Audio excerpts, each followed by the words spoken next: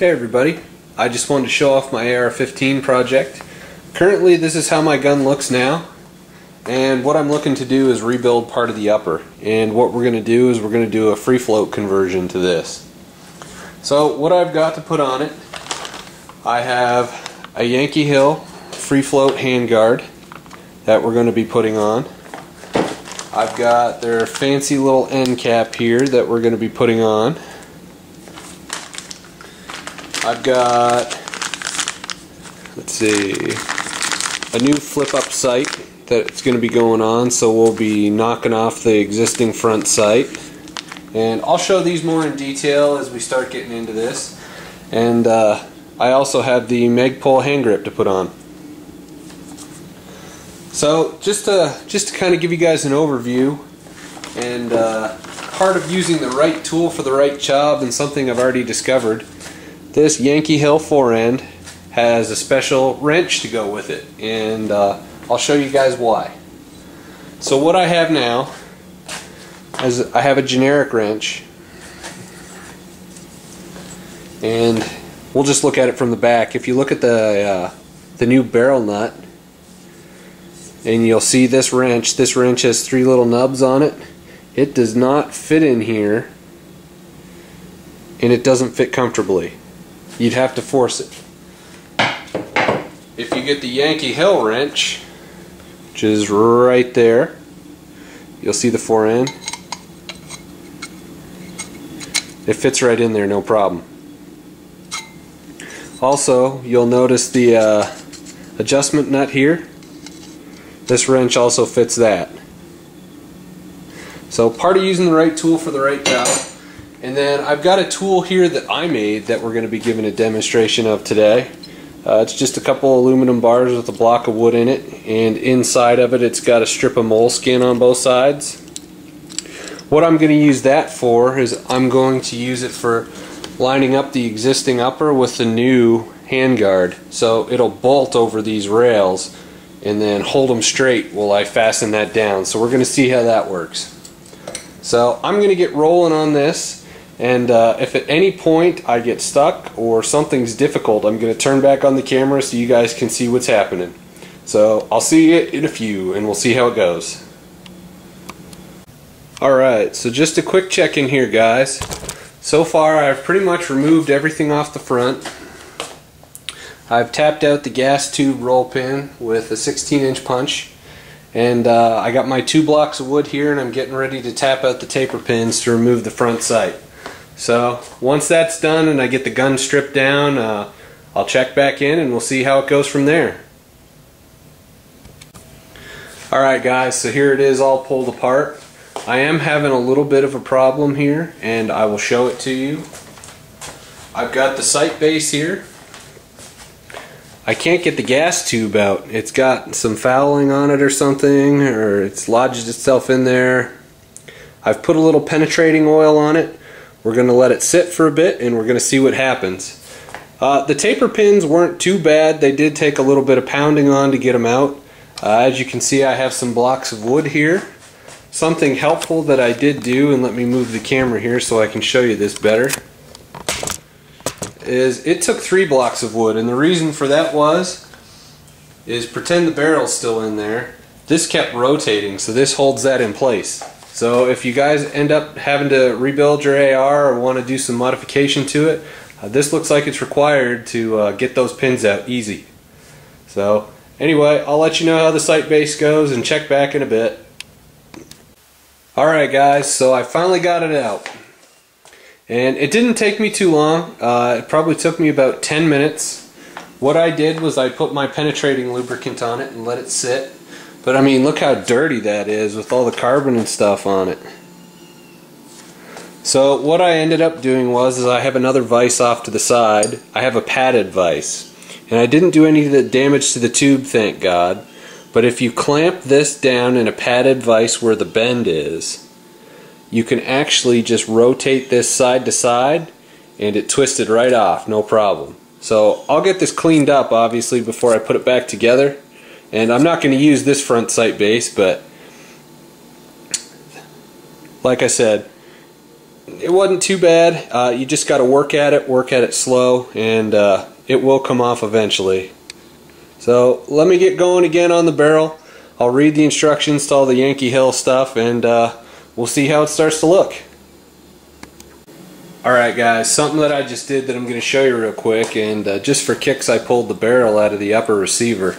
I ended up swabbing out this with gun oil and a patch, and I ended up swabbing out the gas tube hole with gun oil as well on a Q-tip, and then twisted a patch and slid it through there a few times. Here's the back of the barrel. I ended up cleaning that too while I had access to it, and I put a coat of fresh oil on there, just a light little coat, and we're going to slide that right back in and get that in place, and then we're going to get that free float nut installed and torqued down, and as we get rolling here I'll check back in and we'll see where we're at. Okay, so here's the new free float nut installed, for the new barrel nut replacement. That did take quite a bit of torque to lock that down. Yankee Hill's instructions are to screw it hand tight and then turn it to the next available hole and line it up with the gas tube. And you know what? This wrench was definitely necessary. Even if I did make some modifications to this one and make it work, I think I would have warped the nut here just because they don't protrude far enough to get it down to the torque it needs to. So spend the extra money, get the right tool. Definitely took some force. And one trick, instead of just throwing in your gas tube and make sure you're all lined up here, this thing's kind of long and hard to maneuver. You can use a drill bit of equal size and just pass it through here. And make sure there's no rubbing on the sides of your upper. Slides in and out real easy. And we'll get going on to the next step here, and I'll check back in a few. Alright, so here it is. I got the jam nut on. I've got the new hand grip on. And I have my little jig on, and it's locked on there pretty tight. It's not mega tight because you don't want to do any damage to the rails, but it's tight enough it's not going to let that move around. The instructions from Yankee Hill say put the anti-rotational screws in and then tighten this down. I want it perfect, so I made that little jig. Like I said, I covered it earlier. This piece of wood is just a little oversized compared to what this is, so when the metal bites, it bites around the edge. So I'm going to go ahead and get this jam nut tightened up, and I'll take this off and hopefully get the pretty little end cap in, and we'll come back. Alright, so here's the fore end all put together. I've got the cap in. The gas tube hole is lined up with the hole in the front of this cap. My little jig that I made worked perfectly. It didn't do any damage up to the rail. Let me get that real quick and just show it to you one more time. The moleskin here underneath. Let's see if we can get it to focus in on it a little bit. You can see the moleskin divots here where it took the side of the rail. There you go. So it didn't do any damage to the rail. Held it all together. I'd say that's perfectly aligned in my book, but you know, you guys feel free to experiment with what you want. And this tightened up no problem. Again, special wrench to do that. Definitely buy it. That did take some torquing to get down tight. So I'm going to continue the build. I'm going to put the new gas block on. I'm going to put the gas tube back in and check back in a little bit. Alright guys, we're back. So I ended up getting the front gas block attached, and getting it lined up and getting it perfectly straight did take me a little while to do. And here's what I ended up doing. I ended up, back this up here, getting my bore sight out. And I also ended up using a straight edge off my vernier caliper. So what I did is I have both sights up. I have my laser light turned on, and I'm sighting through both sights because I'm personally a perfectionist. If you know me, if you don't, you'll probably learn that I'm a perfectionist. So I took my straight edge, and coming off the rail here, this is just slightly smaller than the rail, or I would have went back to my aluminum jig, but unfortunately it didn't work. So coming off the rail, there's just a slight gap on both sides. And after I got it where I was happy with it, and I got it lined up with the bore sight, everything lines up great. The other thing I did, and let me get the camera in closer here, is I have a customized sight post. And let's see if I can get a better angle here. I might just have to hold the camera over, so I'm sorry if it has a slight vibration. I use these little plastic fiber things, and in the daylight, oh, those really light up. I really like looking down at that. That's great. The only bad thing is instead of a quarter turn, you get a half a turn to adjust that post. So not bad, just something you got to deal with, but that's just something I got off Brownells years ago, and I ended up putting it in this front sight. Worked great. The other thing you guys got to see are crush washers. I've been reading online that some people try to reuse their crush washer when they take off their flash hider, and I'll show you why not to do that. Let me get one of the new ones out here, and we'll compare it to the old one. Alright, there's the old one. Doesn't have much life left in it. There's the new one. See the difference? That one's had the crap crushed out of it. So we're definitely going to replace that when we put the flash hider back on. You know, it cost me $9 to get 5 of these things. You might as well just do it. Alright, so I'm going to get the flash hider back on and get the gun put back together, and we'll see how it looks here in a bit. Alright guys, so I got the flash hider back on. I did run into a little bit of a problem, so I am going to show you that. So what I did,